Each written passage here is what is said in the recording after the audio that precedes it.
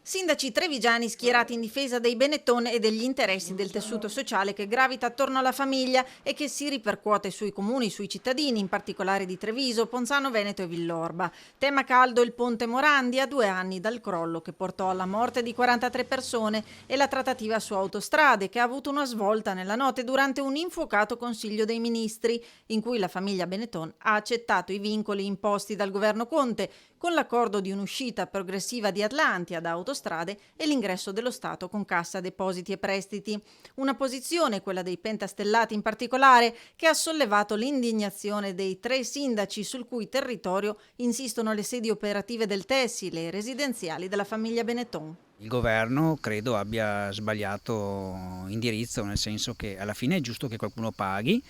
c'è un consiglio di amministrazione, c'è un CDA, ma non può essere a pagare una società